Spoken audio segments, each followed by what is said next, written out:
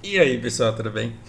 É, Hoje a gente vai falar sobre comunismo sem falar a palavra comunismo e capitalismo sem falar a palavra capitalismo, porque eu não quero despertar gatilhos. E faz de conta que eu não estou falando sobre nenhuma dessas duas coisas. Eu vou contar uma história para vocês e depois eu vou listar alguns pontos que eu acho interessantes. Não pensem que eu sou conformado com o mundo que a gente vive. Se você olhar para o meu posicionamento nesse canal, se tem uma coisa que eu não sou é conformado com o mundo que a gente vive. Se tem uma coisa que eu sonho é aumentar a consciência e interesse das pessoas em questões sociais, em economia e geopolítica, para as pessoas pensarem por si, para se interessarem por filosofia, antropologia. Eu conheço um pouco de tudo e sou ruim em tudo, mas para que vocês pensem por vocês e cheguem à conclusão de que a maneira como a gente vive não é a única possível de se viver. A maneira como a gente se organiza em sociedade não é a única possível da gente se organizar. Uh, Só que eu acho que assim existe uma polarização emburrecedora que diz que ou você vive no mundo que a gente vive, ou então você vai para um outro que eu imaginei aqui. E esse mundo imaginado ele é bugado. E não significa que a gente não deva ir em direção a ele, só que a gente perde muito tempo querendo que as coisas sejam de um jeito, ao invés de alterando ativamente as coisas como elas são, para deixar o mundo minimamente um pouco melhor. E aí eu vou tentar fazer uma sinapse, é porque tem muita coisa que eu gostaria de compartilhar com vocês que eu simplesmente não sei como, porque dá dentro da minha cabeça, mas simplesmente eu não consigo expressar isso em palavras. Mas eu vou tentar, eu vou pegar muitas obras que talvez vocês conheçam, e a gente vai falar sobre isso. Mas primeiro eu tenho que começar com essa história da Granja Humana. Granja Humana, isso daqui faz de conta que é uma fábula, faz de conta que é um conto de fada. É uma historinha aleatória. É, Vamos parar para pensar como funciona uma granja de galinha? O que eu faço? É, eu consigo um galpão, eu coloco os poleiros, eu coloco um monte de galinha lá, eu coloco uma canaleta onde eu vou jogar ração e uma outra canaleta para onde vou escorrer os ovos que as galinhas botam. E coloco elas para trabalhar. E galinha é sensacional, porque se você der a ração para ela todo dia, se você der a ração que ela precisa para comer um dia e der a água que ela precisa para comer um dia e der o lugar para ela ficar durante um dia, ela vai te botar um ovo. Nem sempre as galinhas botaram ovos todos os dias, mas através de seleção natural e artificial, principalmente, a gente chegou num ponto em que a maioria das galinhas conseguem manter esse ritmo. E você pode ter uma granja com 10 galinhas, com 100 galinhas, com 200, com 10 mil galinhas. Se você tiver uma granja com 10 mil galinhas, muito provavelmente você vai ter algo em torno de 10 mil ovos por dia. Provavelmente menos, porque muitos vão quebrar, vai ter dia em que elas terão algum problema. O ponto é que você não terá grandes perturbações. Agora eu me lembrei, na época que eu era tão trouxa no Japão, e eu. Misógino pra caralho. Não, não é misoginia isso. Mas eu vou falar assim o que eu falava por baixo dos panos pra turma. Eu falava, cara, é sensacional. Você coloca 5 homens numa linha nova, às 8 da manhã, você ensina o trabalho pra eles, 8h30 você sai de lá e volta às 3 da tarde pra ver como eles estão. Os caras brigaram uma vez ali, mas eles se entenderam e agora eles estão trabalhando, já fizeram amizade, estão tudo dando risada, cada um respeitando o espaço do outro. E você coloca 5 mulheres para trabalhar numa linha nova. Isso daqui é minha cabeça de 2026, tá, gente? Não me julguem. Você coloca 5 mulheres para trabalhar numa linha nova e volta lá às 10h30 da manhã e pergunta, tá tudo bem com vocês? Elas vão dizer, tá tudo bem. Que bom. E aí você vai embora. E aí uma tia me fala assim, posso falar com você só um instantinho? Oi. Olha, aquela ali, viu, não dá não. Se acha melhor que todo mundo, falou comigo de um jeito estranho. Quem que ela pensa que ela é? E aí você acalma a pessoa e aí 3 da tarde te ligam de novo, falando, não dá pra eu trabalhar aqui, não dá pra eu ficar nesse lugar aqui, porque a fulana lá, ela é toda ignorante. Isso é a minha cabeça de 2026, dizendo que é muito mais fácil contratar 20 homens e colocar eles na linha de montagem do que 10 mulheres e colocar numa linha, porque elas vão demandar muito mais cuidado e atenção. Preconceito puro, resultado da pequena experiência que eu tinha naquela época. Mas, vamos falar sobre a granja humana, de qualquer forma. Imagina que o ser humano ele pudesse botar ovo, e aí a gente vai fazer numa granja para 10 mil seres humanos, e eles vão ficar cada um no seu quadrado ali, e eles vão receber uma quantidade de ração para botar um ovo por dia. Por esse ovo você pode entender a quantidade de trabalho que ele vai desempenhar. Eu quero que ele desempenhe esse trabalho. E aí você vai embora. E aí você analisa o comportamento dessa granja ao longo do tempo. A granja das galinhas, que você deixou lá com 10 mil galinhas, uma morreu, outra ficou doente, a outra se bicou com a outra porque um galo estava passando. Mas no geral você tem uma constância de consumo de ração e a produção de ovos. Só que na granja humana, você vai na célula, no poleiro, na sala 3. Você encontrou um ser humano lá. Na nossa granja, ser humano não tem nome, tá? É que nem frango mesmo. E o primeiro ele falou assim: essa ração aí tá muito pouca, eu vou botar 2 ovos, só que eu quero comer o dobro. Aí você anda mais umas 10 celas pra lá. Aí você tem uma demanda do cara ali: essa comida tá muito ruim, eu vou botar 2 ovos, só que eu quero uma comida melhor, eu quero uma ração melhor. Aí você vai um pouco, mas isso é no primeiro dia, tá? Porque, assim, são demandas pontuais. Aí você vai um pouco mais pra frente, aí tem uma cela em que o cara fala assim: tô a fim de trabalhar não. Mas aí você vai ficar sem ração, porra, não tem problema, eu passo fome. Amanhã eu como. Tô querendo perder um peso mesmo, vai se fuder aí, eu vou meter um atestado, foda-se. E aí o cara não come. E ele, tudo bem, no dia seguinte ele bota um ovo lá e aí ele vai ter uma ração e ele mata a fome dele. Lá mais pra frente vai ter um outro que vai falar assim: porra, eu tô doente, como que você não vai me dar ração? Eu não consigo botar ovo hoje. Mas você não pode me deixar passar fome, porra. A gente tem que ter algum mínimo de seguridade social aí. Aí você fala: tá bom, toma ração, amanhã você tenta botar 2 ovos. Não consigo. Tá bom, toma essa ração aí, come e fica quieto. Aí ele bate na cela do outro e fala assim: meti o louco, meti o atestado, os otários. Olha lá, ó, eu comi aqui. Pensa se eu trabalhei, não trabalhei. Os bandos de otário tem que saber, velho, conseguir as coisas. Porque esses caras aí, ó, só quer foder nós. Aí você vai um pouco mais pra frente. Você vai mais pra frente e tem uma cela que o cara tá falando pro outro da cela ao lado. Existe um mundo, além desse poleiro, além desse prédio aqui, em que as rações elas são de graça e elas são ilimitadas. E você pode passar a noite com quantos galos você quiser, porque a gente está falando de galinha humana. Estraguei toda a minha história, mas você entendeu onde eu estou querendo chegar? E o cara fala: lá a gente não precisa ficar confinado nessa sala, a gente vai estar num jardim lindo. E tem água fresca, e tem ração, e ninguém mais precisará trabalhar, e nesse lugar a gente consegue viver em segurança, porque assim não vai ter predador e não vai ter um cara aqui falando que ele quer que a gente trabalhe para nos dar comida. Esse mundo, todo mundo que acredita nele pode usufruir dele, você só precisa crer. Então, quem seguir essas palavras aqui vai chegar nesse lugar onde a ração é de graça e onde você não precisa botar ovo nenhum. E digo mais, lá você nem envelhece. O que é essa ração que você está comendo hoje comparado à comida infinita que você pode comer depois que você morrer? Então faça uma dádiva agora, porque Deus está te olhando.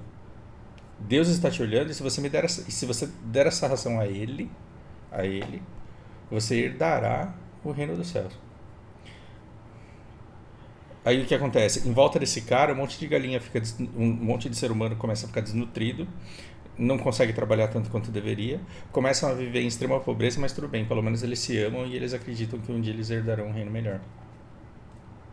Do outro lado, tem uma cela em que tem um cara ali um pouco mais bombado e o outro que é um pouco mais franzino. E aí você descobre que o franzino tinha ficado um dia sem comer e o mais forte lá, ele falou: come metade da minha ração. Você não conseguiu botar o ovo, amanhã você me devolve. E o cara não devolveu porque ele estava doente, ele não conseguiu botar ovo também. Ele falou: agora eu quero o dobro do que você me deve. E se você demorar mais, eu vou querer o triplo do que você me deve, mas eu quero essa ração de volta, senão eu vou estourar a sua cara. Senão eu vou aí e vou te quebrar. Ou seja, eu tô tentando ser criativo e minha criatividade está acabando no sentido de galinhas são galinhas, elas se comportam como galinhas, de maneira previsível, através de seus instintos. E os seres humanos, eles trabalham, eles funcionam, eles são pessoas que funcionam como pessoas, e pessoas são imprevisíveis. São imprevisíveis. Então, é impossível você colocar todo mundo e falar: olha, eu vou estabelecer que trabalho vocês vão fazer, e vocês vão trabalhar exatamente a quantidade que eu quero que vocês trabalhem, porque vocês vão ter recompensas que eu vou escolher qual vai ser. E vocês vão comer aquilo que eu decidi que vocês vão comer. Porque eu sei o que vocês precisam. E se você comer aquilo que eu te der, vai ter comida para todo mundo. Não vai ter gente passando fome. A gente vai conseguir um mundo mais justo.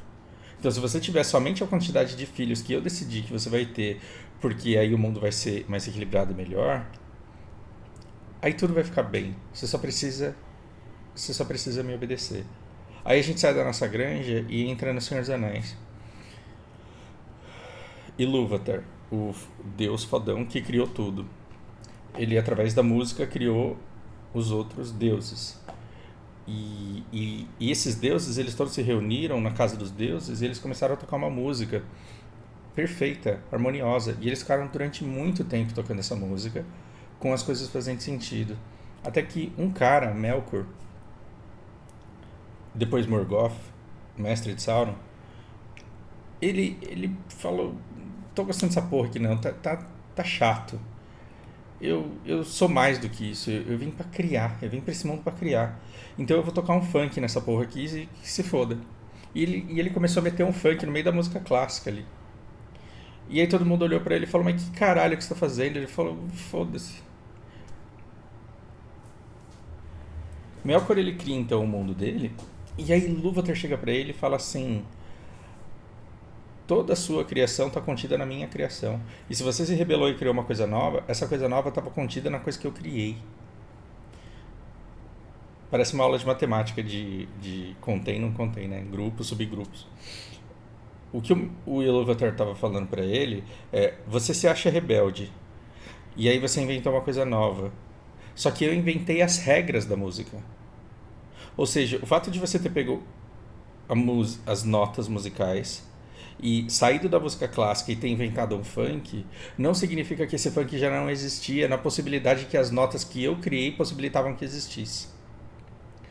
Eu acho que o Tolkien, ele foi muito ousado aqui, porque cristão como ele era, o que ele estava dizendo é que Deus criou Lúcifer sabendo que ele poderia se rebelar e que ele iria. É essa sugestão que ele passa quando você traça um paralelo do Silmarillion com a Bíblia. E que os seres humanos, eles são feitos para se rebelarem, porque eles seguem a Melkor, eles seguem a Lúcifer. Eles têm uma imperfeição nata deles que faz com que eles busquem desfazer tudo aquilo que foi feito anteriormente. Gente, estuda a biografia de empresa, estuda o comportamento das empresas do mercado. Você paga uma fortuna para um CEO, esse cara vem e fala assim: não, a gente vai fazer trabalho por shared services, vai ter uma base lá na Tailândia, outra na Índia, e cada um vai fazer um negócio e a gente vai juntar tudo no fim. O cara investe horrores de dinheiro na criação dessa estrutura, no desenvolvimento do sistema, e ele fala: agora vai ser revolucionário. Por quê? Porque eu sou o CEO e eu sou o autor do jeito de fazer essa empresa prosperar. Aí começa a dar ruim e esse cara é mandado embora. Contrata um outro CEO no lugar dele. Esse CEO novo, ele poderia simplesmente ajustar o que foi feito antes para torná-lo melhor e lucrativo, mas geralmente não é o que acontece. Geralmente esse cara fala: vou consertar a empresa, vou concentrar tudo dentro da nossa própria empresa, vou fechar todos os escritórios de shared services e a gente vai desenvolver uma equipe interna e a gente vai fazer tudo aqui dentro. E você fala, porra, mas e todos os anos que a gente investiu para fazer esse negócio funcionar, não esquece. E esse sistema, só esse sistema que a gente estava desenvolvendo aqui que eu vou terceirizar. Você fala, porra, mas isso não faz sentido.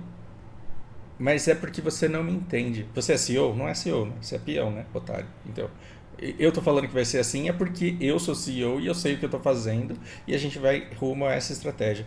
Geralmente, uma nova gestão, ela vem e começa a desmontar aquilo que foi feito. Por quê? Porque ela quer originalidade, ela quer identidade e ela quer os louvores pelos frutos colhidos. Se o outro desse certo, quem levaria o mérito seria o ex-CEO. Eu não posso permitir que isso aconteça. Eu vou criar um negócio novo e aí vai ser graças a mim que o negócio funcionou e deu certo. É muito importante que as pessoas se sintam livres para revolucionar, para mudar, se não a vida delas, se não a sociedade, pelo menos a vida delas. E aí a gente cai nas primeiras versões do Matrix. Quando eu assisti Matrix pela primeira vez, eu achei que aquilo era só um jogo de luta, um filme de luta. Quando eu descobri o tamanho da dimensão daquilo, aquilo se tornou um dos meus filmes favoritos.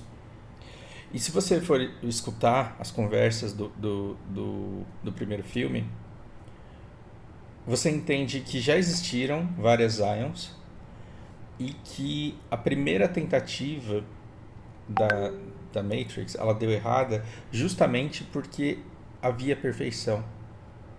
Ou seja, os seres humanos eles foram colocados em cápsulas com projeções de realidade e a projeção dessa realidade era perfeita, era o Jardim do Éden, onde era um galinheiro. Você recebia uma quantidade de ração, você botava um ovo, ninguém se matava, ninguém se roubava, todo mundo se respeitava, todo mundo vivia em harmonia, não tinha problemas, não tinha boleto para pagar, não tinha criminalidade, não tinha perigo de invasão do país estrangeiro.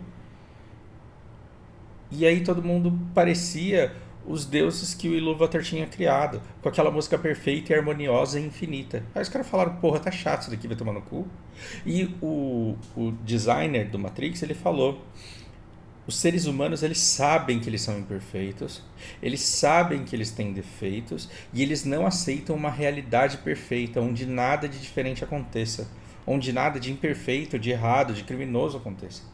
Então, quando você coloca eles num ambiente de perfeita harmonia, alguma coisa acontece.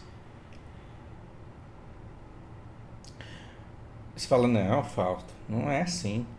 Veja na sua família, no seu condomínio, no Big Brother, na guild, na empresa. Quando tá, é muito difícil você ter paz duradoura entre as pessoas que sempre se respeitam. Alguma treta vai surgir. E quando você pega as tretas que acontecem e vai no cerne da treta, é assim, o início das tretas são as coisas mais imbecis que você pode imaginar. Ao ponto das pessoas esquecerem por que elas começaram a brigar, mas já ter ódio entre elas. Porque na verdade elas estão lutando por poder e por território e por influência. Por quê? Porque essa é a essência dos deuses e do ser humano, dos deuses do Tolkien, pelo menos, porque Melkor era assim.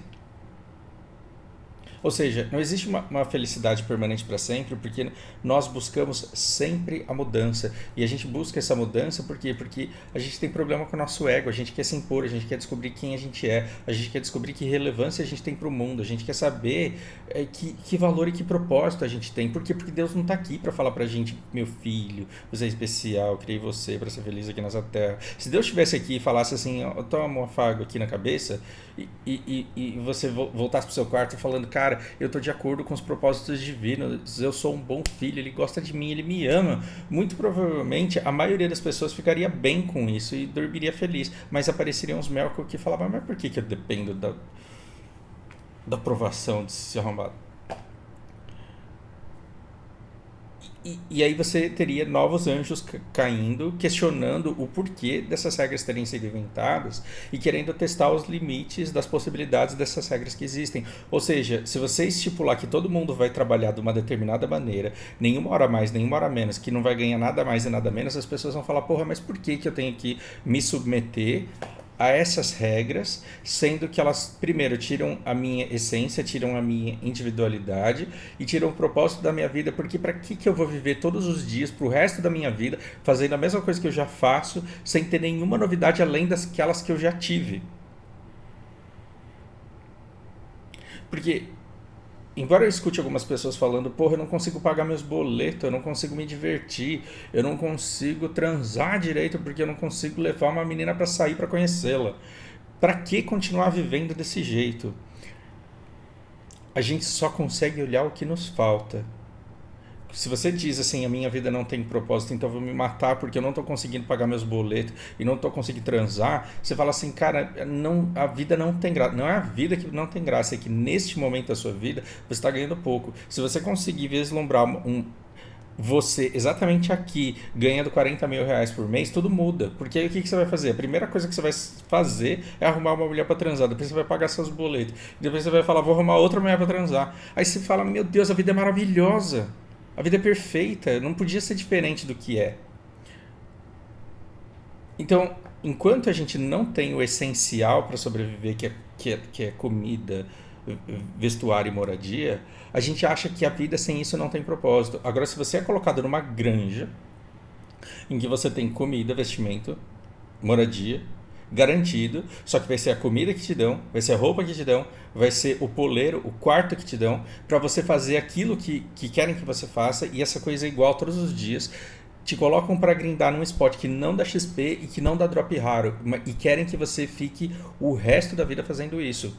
Você se mata, e é por isso que os índices de suicídio no Japão são altíssimos, porque eles não sentem que eles têm mobilidade e eles não sentem que eles são livres para serem eles mesmos, porque quando eles saem na rua, eles têm que sair cumprindo protocolos. Ohayou gozaimasu, você é ninarimasu. Por que eu vou sair todos os dias para falar uma coisa que já está pré-gravada até no tom e no sorriso? Por que eu vou ficar todos os dias escutando uma pessoa falando que eu já sei o que é, eu já sei o que vem? Eu entro na loja, eu sei exatamente o que a pessoa vai falar, com que tom, com que ângulo de sorriso no rosto. Por que eu vou ficar o resto da minha vida repetindo rituais que serão sempre os mesmos, sem surpresa nenhuma, até o fim da minha vida? Isso faz com que Melkor surja, para acabar com essa música perfeita e tocar um funk, porque ele não aguenta ser colocado para tocar uma música que foi pré-definida, que ele foi criado para tocá-la daquela forma, e ele simplesmente vai executar da maneira que tinha sido prevista. E nessa de liberdade, porque o que o desenvolvedor do Matrix lá ele falava, que o problema da primeira Matrix é que eles não tinham a liberdade de escolha. Eles queriam poder escolher entre o bom e o mal, mesmo que eles escolhessem o mal e mesmo que eles se fudessem, mas eles queriam ser livres para isso. O que é as drogas, se não é isso? Você sabe que droga faz mal, só que você quer se destruir e você quer arcar com as consequências daquilo. O prazer é momentâneo e você sabe que aquilo vai te custar caro, mas foda-se, eu quero me destruir, deixa eu me destruir aqui, eu vou usar. E não vem com esse negócio de isso daqui vai te fazer mal. Eu sei, porra, você acha que eu sou idiota? Você acha que eu não sei que fumar faz mal? Que usar... cheirar cocaína faz mal? Você acha que eu não sei isso? Você acha que eu sou retardado? Me deixa. Então, você precisa ter essa sensação, mesmo que falsa, de que você pode escolher por aquilo que vai te fazer bem ou mal e que você tem autoria naquilo que acontece na sua vida, que você não está sendo simplesmente levado, que você não está simplesmente sendo levado por uma onda, cumprindo a tabela de um filme que já tinha o script completamente definido.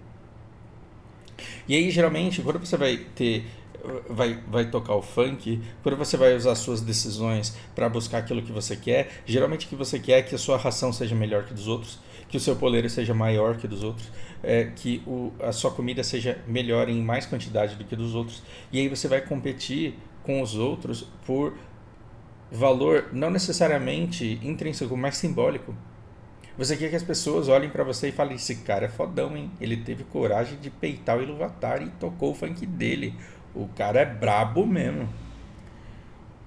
Sonho do ser humano é isso, é ser reconhecido. As pessoas só fazem live, as pessoas só jogam, as pessoas só se esforçam, só estudam, porque elas querem ser reconhecidas pela sociedade como alguém que agrega valor de acordo com capacidades que são únicas e particulares dele.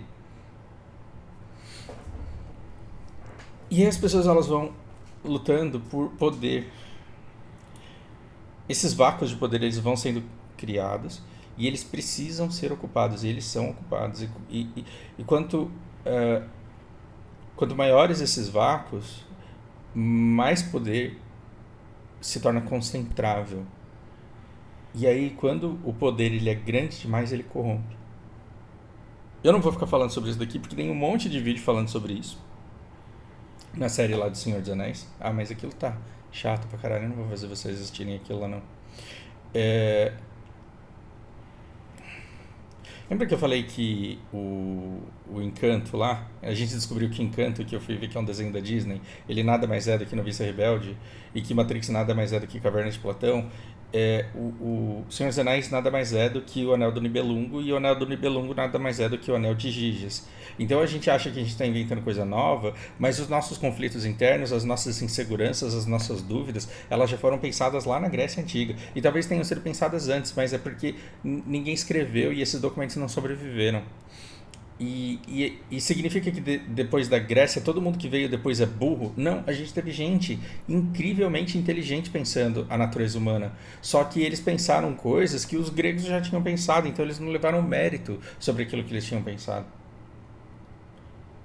E o anel do o Senhor dos Anéis, o anel do Nibelungo, ele começa com o anel de Gises numa discussão de se você tiver um dinheiro para se você tiver um dinheiro, se você tiver um anel para colocar no dedo, para ficar invisível e ser impune a tudo aquilo que você faz, você usa ou não usa? Você pode dizer que não, mas você usaria. Você pode pregar que não usaria, mas você usaria. E se você visse alguém usando, você falaria, porra, que coisa feia, eu quero fazer isso. Mas no fundo você diria, eu faria a mesma coisa. E se você recriminá-lo, e se você elogiar alguém que não usa esse anel, a pessoa não usou esse anel. Se você elogiasse em público, falando, esse cara é decente, esse cara é honesto, esse cara é de moral admirável. No seu íntimo você falaria, puta, que cabaço, que retardado, que imbecil. Eu com anel desse, passava a mão e saia correndo na bunda de um monte de mulher aí. Impunidade, ela tira um monstro de dentro de você, porque a partir do momento que você sabe que você não vai ser punido porque você está invisível com o anel, você pode comer qualquer fruta em qualquer quitanda, você pode comer qualquer comida em qualquer restaurante, você pode ver qualquer mulher tomando banho, você pode fazer o que você quiser, porque ninguém vai conseguir te punir por aquilo. Tanto que Giges, ele mata o rei e se casa com a rainha e se torna o rei da porra toda. Porque quem que vai competir com o poder do cara que tem esse anel? E o anel do Nibelungo a mesma coisa, e o The One Ring a mesma coisa. Como que você resiste a esse poder? E esse negócio de resistir ao poder, ele casa com outro questionamento que não foi superado até hoje. Até hoje. Do próprio República, de Platão. E um de vocês me falou assim, eu escuto gente dizendo que Platão é mais arcaico do que anda pra frente. O cara não entendeu, né? Porque se ele tivesse entendido, ele respeitaria. Um cara que não respeita Platão é porque ele leu e não entendeu, porque não é uma coisa fácil de se entender. Vamos lá, né?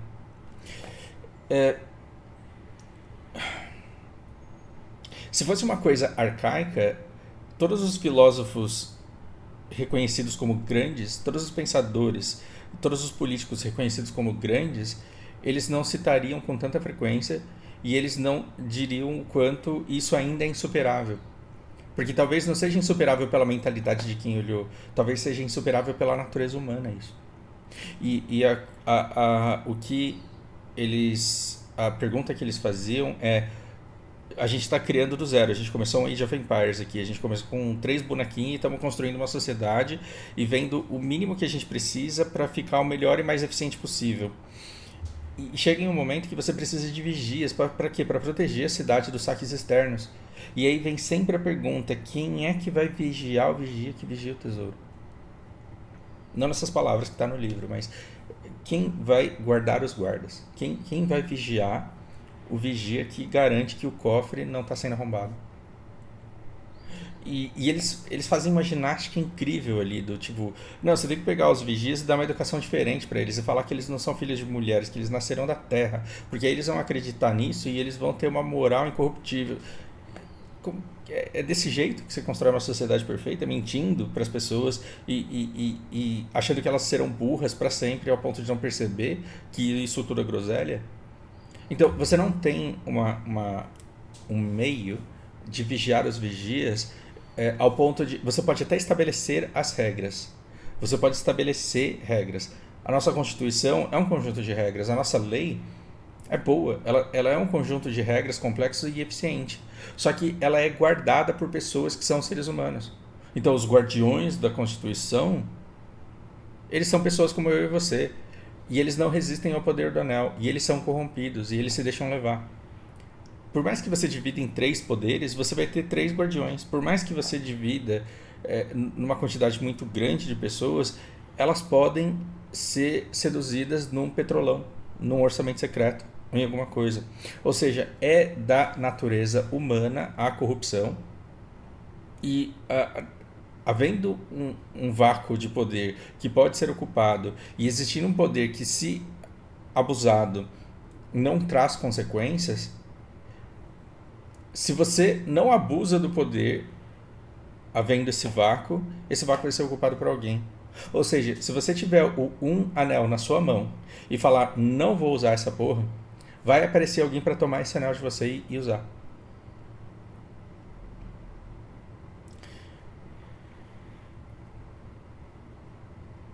Por que a gente teve toda essa conversa? Porque quando você fala pra mim que não aguenta mais o capitalismo porque você não consegue comer ninguém, não consegue pagar os seus boletos, e você fala a solução é o comunismo, a ideia do comunismo, ela parte do princípio de que a natureza humana ela tem que mudar. Por quê? Porque a gente precisaria viver numa granja, Melkor não podia existir, a gente precisaria aceitar um mundo perfeito, sem distorções, porém submissos às regras que foram criadas. A gente deveria viver feliz para sempre, porque uma vez que a fome, uma vez que a violência acabasse, você não poderia dar passos além daquela estrutura de regras rígidas que foram criadas. Vácuos de poder não seriam ocupados por ninguém, porque as pessoas moralmente decidiriam não ocupá-los. O poder, as pessoas que detêm o poder sobre o Estado, elas não abusariam desse poder, e você não precisaria de ninguém para vigiar os vigias, ou seja, você não precisaria nem de vigias, porque você teria o respeito altruísta às regras e o controle do povo. Olha que coisa romântica isso. As pessoas todas votando pelo melhor. Você já tentou aprovar uma pintura ou economia da grana da pintura no seu condomínio?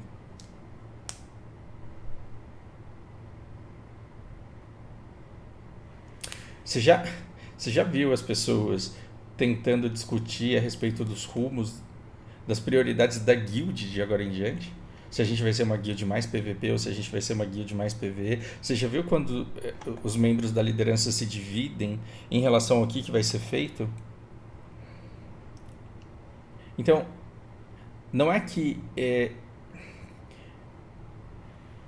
capitalismo é meta e que eu não quero que todo mundo coma, porque no comunismo o comunismo quer que todo mundo coma. É que todo mundo comer ração no comunismo vai dar certo por um tempo, até que a natureza humana se imponha sobre isso e acabe com tudo. Então não é que eu não quero alternativas para o capitalismo que está matando tanta gente de fome e que é tão desigual e que faz tanta gente sofrer. É que se a gente vai buscar uma alternativa ao capitalismo, a gente tem que buscar alguma outra coisa. Então, vamos fazer uma renda básica universal? Vamos, mas essa renda básica universal ela vai dar para comprar o quê? Que estilo de vida? Como é que as pessoas vão viver? A gente tem que discutir melhores formas de distribuição. Quando a gente pensa nas formas de distribuição, em tamanho de estado, isso são soluções pragmáticas que a gente pode buscar que vão além dessa dicotomia, dessa dicotomia burra de que você tem o capitalismo de um lado e o comunismo do outro e você tem que escolher entre eles. Aí você escuta um podcast dizendo Coreia do Norte é uma maravilha porque é uma grande humana em que todo mundo vota, todo mundo vive de acordo com o que todo mundo quer e todo mundo se respeita e todo mundo tem direito a tudo e as pessoas não precisam trabalhar porque não é forçado. E aí veja bem, porque lá, porra, respeita. Você devia se sentir ofendido de escutar um cara daquele falando. Porque esse cara, ele não tá só mentindo sobre a Coreia do Norte, ele tá mentindo sobre a natureza humana da coisa. E aí eu queria que esse vídeo fosse leve e eu terminei quase socando o interlocutor, desculpa, me excedi. Márcio, eu preciso que você me ajude. Veja, o Márcio ele teve um questionamento muito interessante no comentário dele, no vídeo dos 90% e 10% do Ciro Gomes ali, né? Ele falou assim: será que esse jeito de se viver que é o único que se tem? E é claro que não, a gente pode pensar em maneiras de alternativas de viver a nossa sociedade, só que o primeiro passo é ver se isso se encaixa na nossa natureza humana, porque senão não é factível, senão é certeza que vai dar errado. Agora, como que a gente compete com a China? Como é que a gente se organiza para sobreviver nesse mundo? E será que a gente precisa mesmo competir com a China? Será que a nossa tecnologia precisa ser melhor que a deles? Será que para ter dinheiro para comprar as bugigangas chinesas, a gente tem que transformar o país aqui, acabar com todos os recursos naturais, explorar o povo e fazer um monte de gente morrer de fome? Tem muita discussão para ser feita aí, só que as discussões cerne, as principais discussões. Por que a gente não está falando da taxação de dividendo? Por que a gente não está falando de reais concorrências? Por que a gente não está falando da aniquilação de incentivos fiscais? Por que ao invés de falar de coisas pragmáticas que impactam na sua vida imediatamente, que impactam na sua vida uma semana depois da medida ser tomada, por que a gente está falando de comunismo? Porque Zion.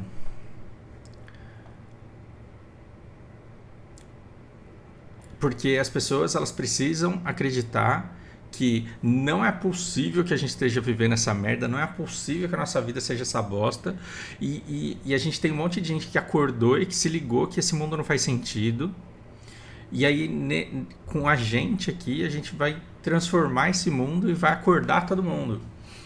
Só que Zion não era realidade, era uma segunda camada de realidade.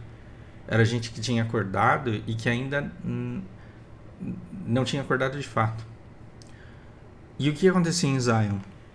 Eles começavam uma cruzada de libertação de pessoas. E eles iam aumentando em números. Ou seja, os acordados, as pessoas que sabiam que... Os Red Pill, né, de hoje, que sabem que mulher é aliada do Estado para foder com a vida do homem. Os acordados... Desculpa. Os acordados ali, eles aumentavam cada vez mais em número, mas o que acontecia quando eles cresciam num ponto em que a coisa saía de controle? Eles eram aniquilados. Então, eu tô com um monte de gente me perguntando de MBL agora. Fausto, quando sair esse livro amarelo, você vai entrar, você vai virar político mesmo? Você seria um puta político? Não sei se eu seria, mas o livro ele pode ser maravilhoso.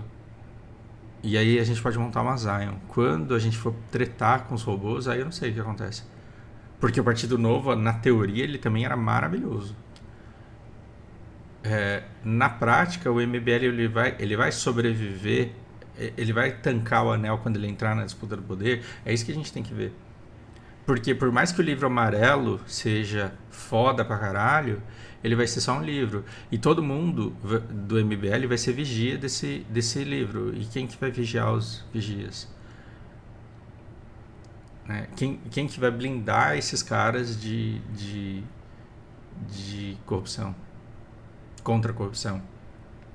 Difícil. Uma conversa muito difícil. Então, ao invés... O meu ponto, por que eu tô batendo tanto nessa tecla? Porque tenho pessoas que eu amo que estão desperdiçando o tempo que eles poderiam estar usando para se qualificar, seguindo o canal de comunista que fica falando o tempo inteiro que essa sociedade que a gente vive tá errada.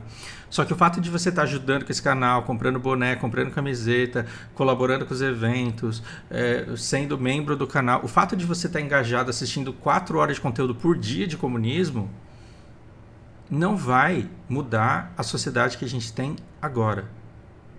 Então, que é uma dica, pegue essas 4 horas por dia que você escuta teoria marxista, que precisa de uma puta capacidade intelectual para entender toda a riqueza da obra dele, só para no final você chegar e falar não concordo. Cara, não concordar com Freud É difícil. Porque primeiro você tem que entender Freud. Eu tô tentando há um ano terminar de ler um livro do cara e eu não consigo, porque eu só saio da página quando eu entendo, aí eu leio uma página por semana. Então eu não posso dizer se eu concordo ou não com Freud, eu não entendi o que o cara escreveu. Concordar com Marx é muito difícil. Por quê? Porque entender o que ele fala assim, é uma profundidade tremenda. Só que aí depois que você entende aquilo, você ainda tem que ver se passa no crivo da natureza humana. E aí eu lembro do Musashi que se você tenta aplicar qualquer coisa que vai contra a natureza humana, se você cria um monte de deuses e você já criou a natureza deles, é inútil você achar que Melkor não vai querer tocar o funk. É inútil você achar que os vácuos de poder eles não serão criados e ocupados e abusados e que novas estruturas de corrupção não serão criadas. Gente, você muda capitalismo por comunismo e o ser humano de antes ele continua sendo o mesmo ser humano depois. Se o ser humano, a natureza do ser humano corrompe o capitalismo, o que impede dele corromper o comunismo? Porque basicamente é um conjunto de regras que você quebra. E quem que vai punir o cara que quebrou a lei? Você acha que Paulo Lima não tinha que estar preso?